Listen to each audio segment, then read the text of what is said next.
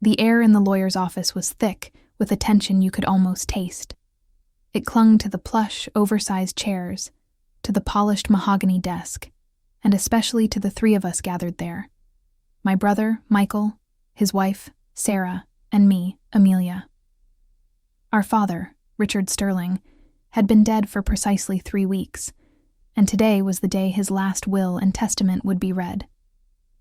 My heart hammered against my ribs, a strange mix of anticipation and a perverse sense of excitement. I had always been the diligent one, the one who worked tirelessly alongside Father in Sterling Enterprises, building it from a regional success to a national powerhouse. Michael, on the other hand, had drifted, dabbling in various failed ventures, only showing up when money was tight or when Father insisted. It was obvious who deserved what. The lawyer, Mr. Thompson, cleared his throat, his gaze sweeping over us before settling on the thick document in his hands. "We are here today to execute the final wishes of Richard Sterling," he began, his voice dry and formal. Michael shifted in his seat, looking nervous, while Sarah squeezed his hand, a look of placid expectation on her face. I maintained a cool, composed exterior, though inside a storm was brewing. I knew what I deserved. I had earned it. My father and I had built this empire, brick by brick. Michael was just an afterthought, a prodigal son who rarely returned. Mr. Thompson continued, outlining the various minor bequests, small sums to distant relatives, a donation to his alma mater. Then he arrived at the heart of the matter, Sterling Enterprises. My breath hitched. This was it.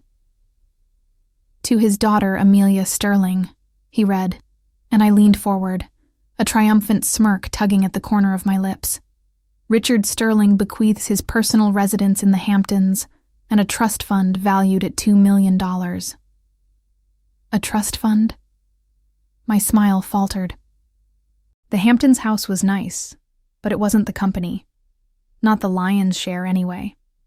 My gaze flickered to Michael, who was now looking at me, a glimmer of confusion in his eyes. Mr. Thompson, seemingly oblivious to the seismic shift happening in the room, continued. "And to his son, Michael Sterling, Richard Sterling bequeaths his controlling interest in Sterling Enterprises, representing 60% of the company's shares." The world tilted. My ears buzzed, and the elegant office seemed to blur around me. 60%? To Michael? The man who barely understood our balance sheets?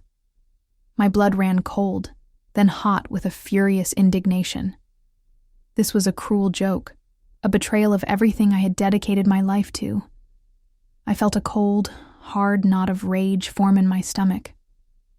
Michael, my feckless brother, the one who had abandoned our father and the company for years, was now the majority shareholder.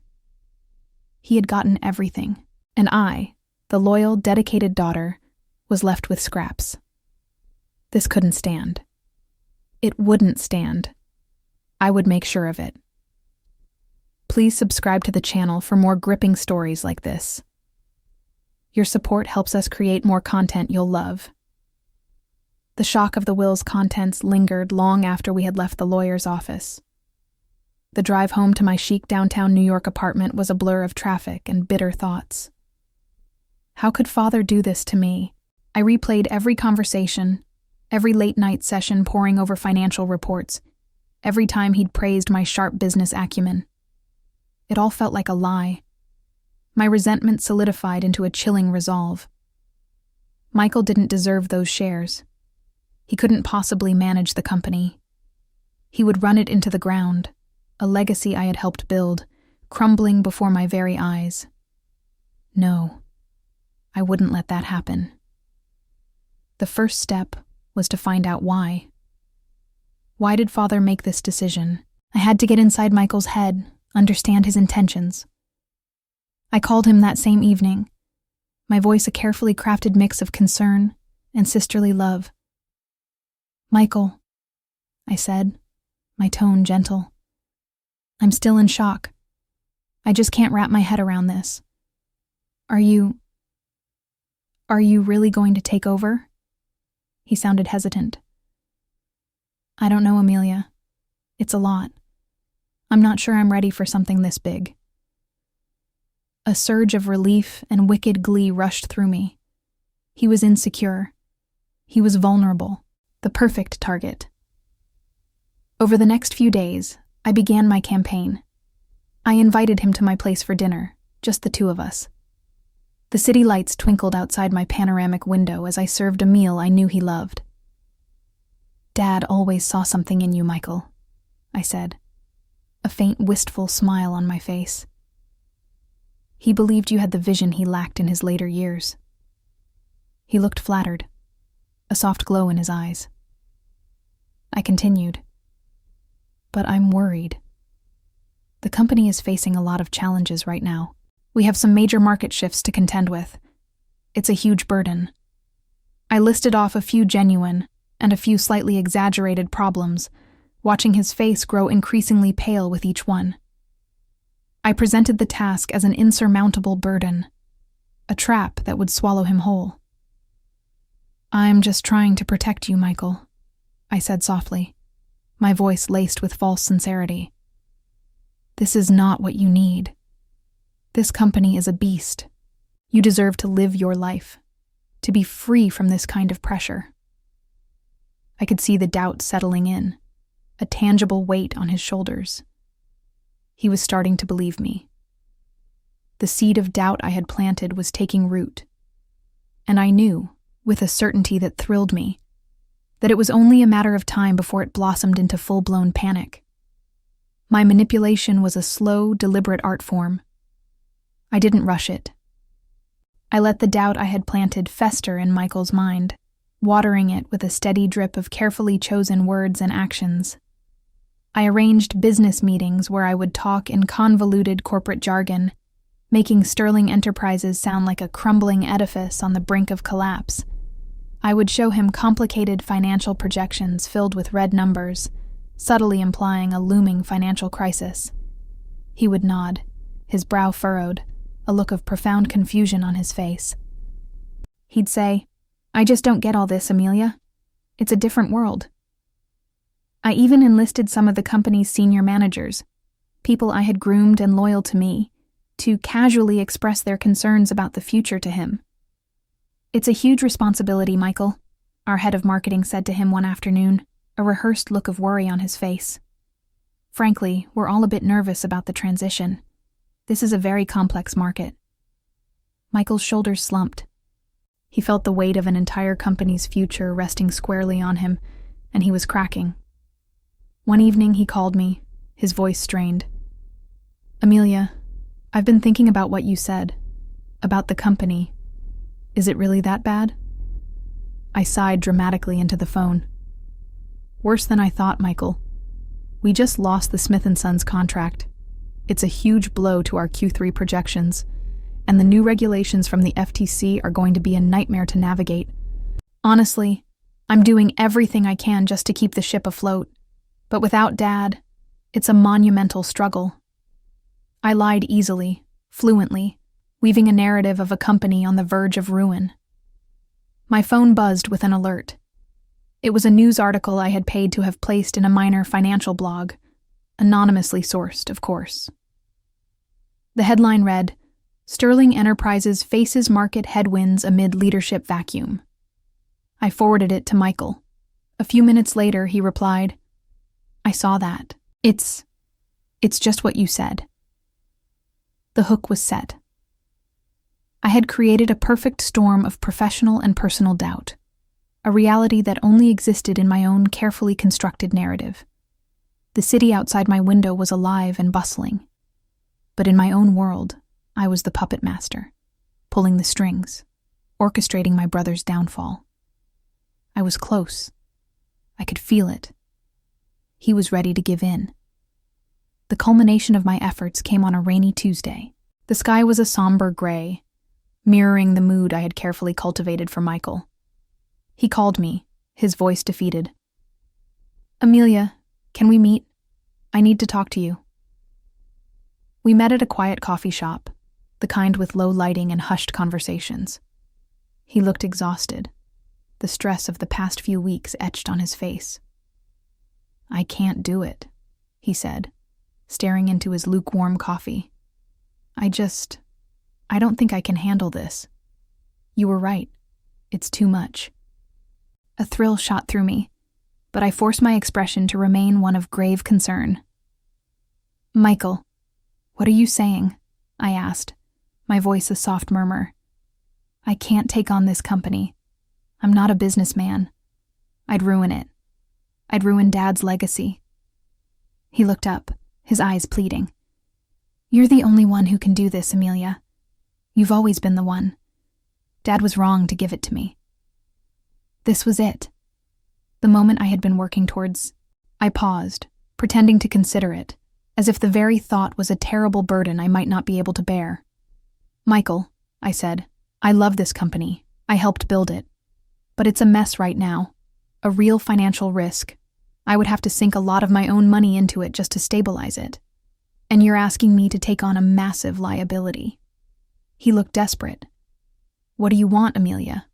What would it take?" I took a deep breath, my heart pounding with a mixture of fear and anticipation. The lie was so close to becoming reality. "I'll buy your shares," I said, my voice low and serious. "But I can't pay what they're worth on paper.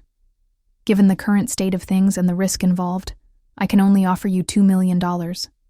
It's a fraction of the company's market value, but it would give you freedom and security, and it would give me the chance to save what we've built." Michael sat in silence for a long time. The rain tapped a steady rhythm against the window. He was wrestling with it, with the idea of losing what was, on paper, a multi-million-dollar asset for a fraction of its worth. But the doubt I had planted was a powerful poison. The fear of failure, of losing everything, was stronger than the lure of a theoretical fortune. He looked at me, a glimmer of relief in his eyes. "Okay, Amelia," he said, his voice quiet. "Do it. I'll take the $2 million. And just like that, a $3 million fortune and control of the company were mine. Please subscribe to the channel for more gripping stories like this. Your support helps us create more content you'll love. The weeks following the transfer of shares were a blur of activity and a haze of triumph. The papers were signed, the money was in Michael's account, and the company was officially mine. I held a company-wide meeting, striding to the front of the room with a confidence I had never felt before. I outlined my vision, a bold plan to expand into new markets and launch innovative products. My team, the ones who had helped me orchestrate this grand deception, cheered me on. My victory felt absolute. I was the CEO, the majority shareholder, the undisputed ruler of the empire my father and I had built. I called Michael a week later, my voice a honeyed sweetness. "How are you, brother?" He sounded happy, relieved. "I'm great, Amelia. Sarah and I are thinking of a long trip to Europe. This is exactly what I needed. Thank you." His gratitude was a bitter irony I relished. He was happy with his $2 million, believing he had dodged a bullet, while I was sitting on a company that was, in fact, incredibly profitable, and on the verge of a major upswing. The $3 million difference was a quiet monument to my cunning. However, the cracks began to appear almost immediately. My relationship with Michael was now strained, despite his relief. He was polite, but distant. Our conversations were brief and transactional. The comfortable sibling dynamic was gone, replaced by an awkwardness I hadn't anticipated. He started spending more time with our mother, who had always been a quiet observer, and I felt a sense of isolation growing around me. Professionally, the pressure was immense. I was now truly in charge, and the weight of the company's future was a constant, heavy burden. I found myself working even longer hours, my nights filled with anxiety, and my mornings with a relentless need to prove that I was the right person for the job. The creative and financial problems I had fabricated for Michael now felt very real. The late nights and early mornings began to take a toll on my health. My sleep was a chaotic mess of racing thoughts, and my reflection in the mirror showed a tired, haunted woman I barely recognized. The euphoria of my victory was beginning to fade, replaced by a nagging sense of emptiness. The company was mine, but the cost felt higher than I had ever imagined. It started with a casual conversation. A few months after I had taken over, I was having lunch with a former business partner of my father's, a man named Robert, who had always been a kind, grandfatherly figure to me. We were talking about the company's recent success when he mentioned Michael. "I spoke to Michael the other day," he said. "He seemed so relieved to be out of the business. You know, I told him he should have taken on more of a role when your father was sick. Richard was so proud of how he was turning his life around. He told me he was going to make sure Michael got the company shares to give him a fresh start." My blood ran cold. A fresh start? The realization hit me like a physical blow. My father hadn't left Michael the company out of senility or a cruel joke. He had done it because he believed in him, because he had seen something in Michael I had been too blind and self-absorbed to notice. He had seen my brother's quiet, genuine efforts to change, to find a purpose, and he had wanted to give him a foundation. I wasn't just usurping control. I was destroying a legacy of redemption and a father's hope for his son. The carefully constructed narrative of my righteous indignation began to crumble. Then came the other dominoes. Michael's wife, Sarah, a sweet and gentle woman who had always been polite but distant, began to cut me off entirely. I'd try to call, and she wouldn't answer. I'd send a text, and it would be left on read. Her sister, a close friend of mine in college, stopped returning my calls. I was being exiled, quietly and completely, from the people who had been my family and my friends. The loneliness was an ache that settled deep in my bones. I was now a pariah, a lone figure at the top of an empire I had built on a foundation of lies and deceit. The thrill of victory was gone, replaced by a cold, hollow space where my conscience used to be. The company was thriving. My bank account was overflowing, but the victory felt hollow. I was winning at business, but I was losing at life. The air in my office was heavy with unspoken truths. Michael stood on the other side of my desk, his face grim. He had come to confront me, and the years of gentle naivety were gone, replaced by a hardened resolve I'd never seen in him before. The phone call that led to this meeting had been short and to the point. "I know," he had said, his voice flat. "I know everything." He didn't need to elaborate.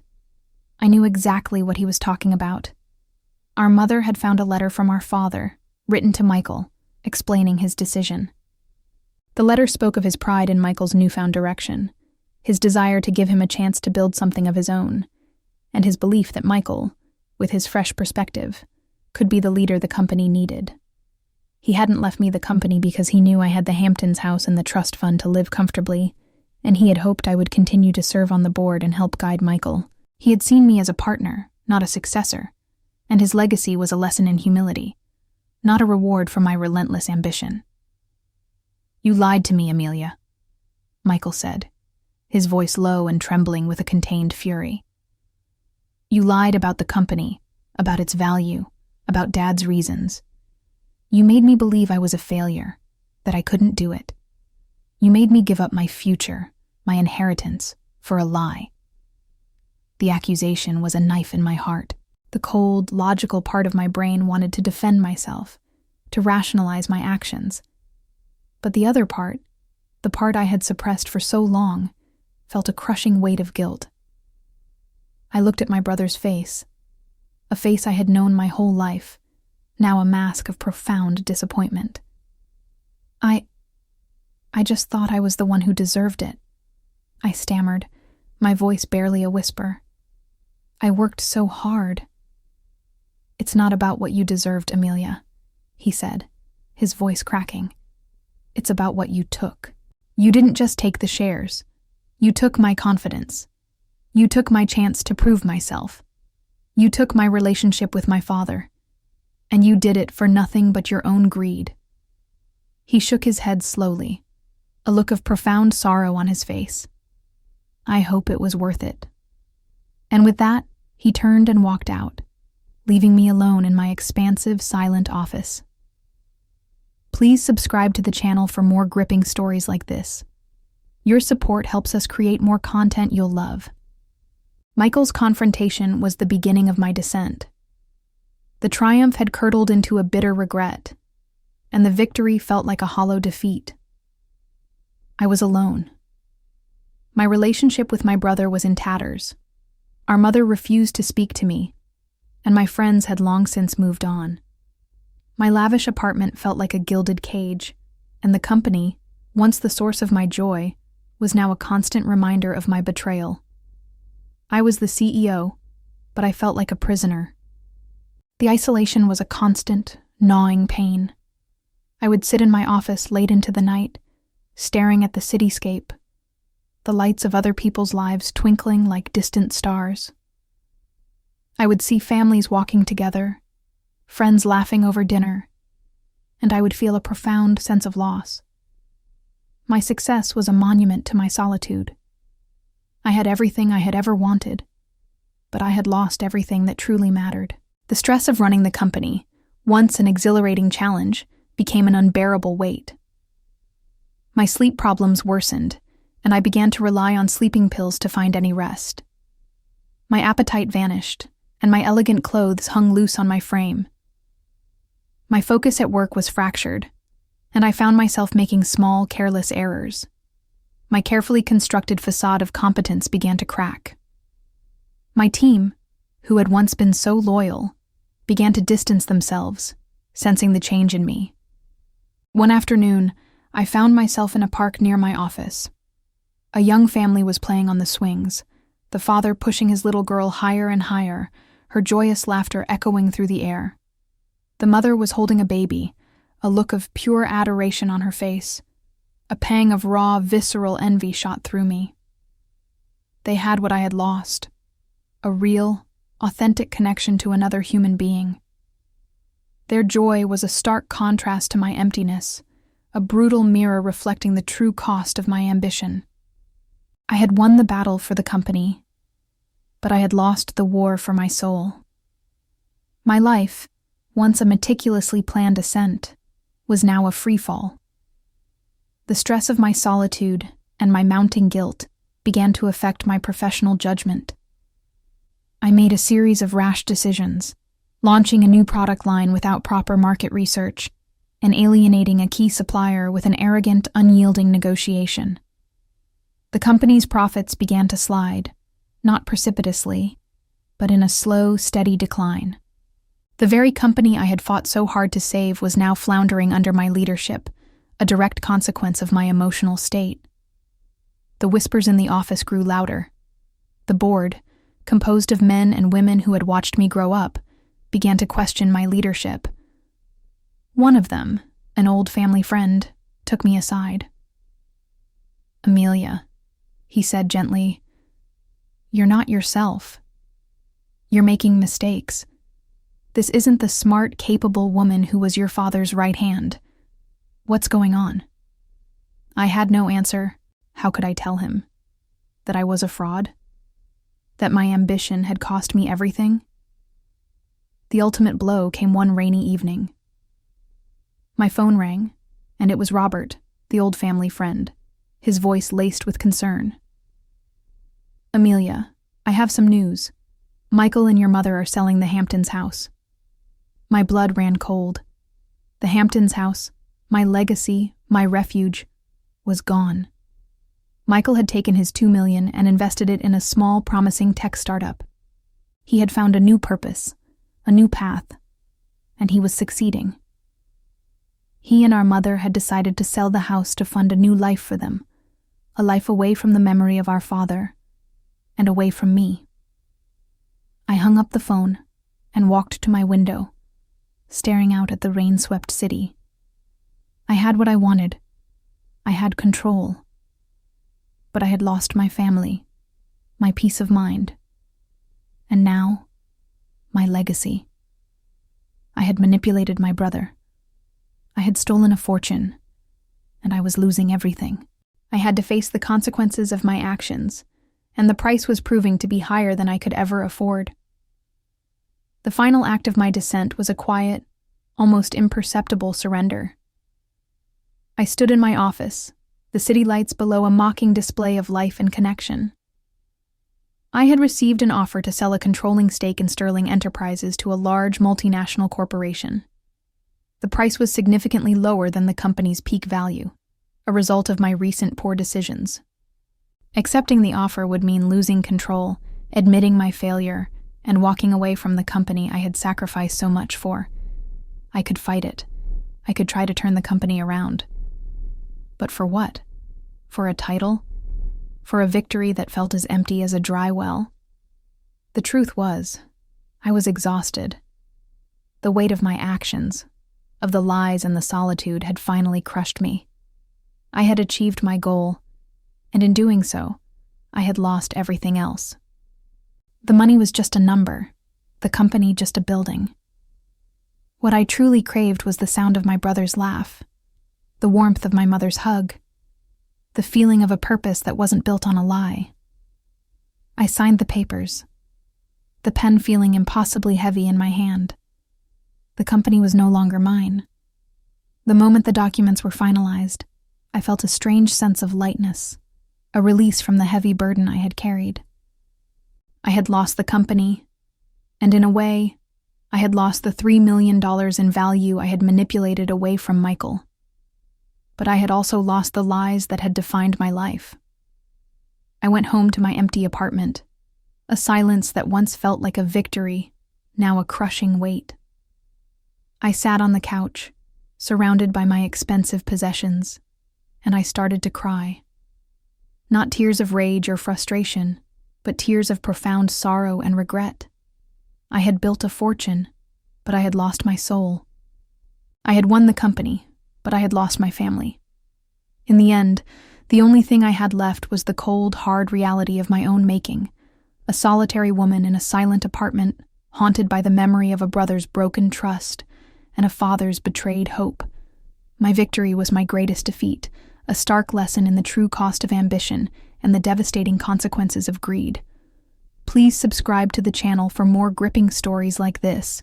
Your support helps us create more content you'll love.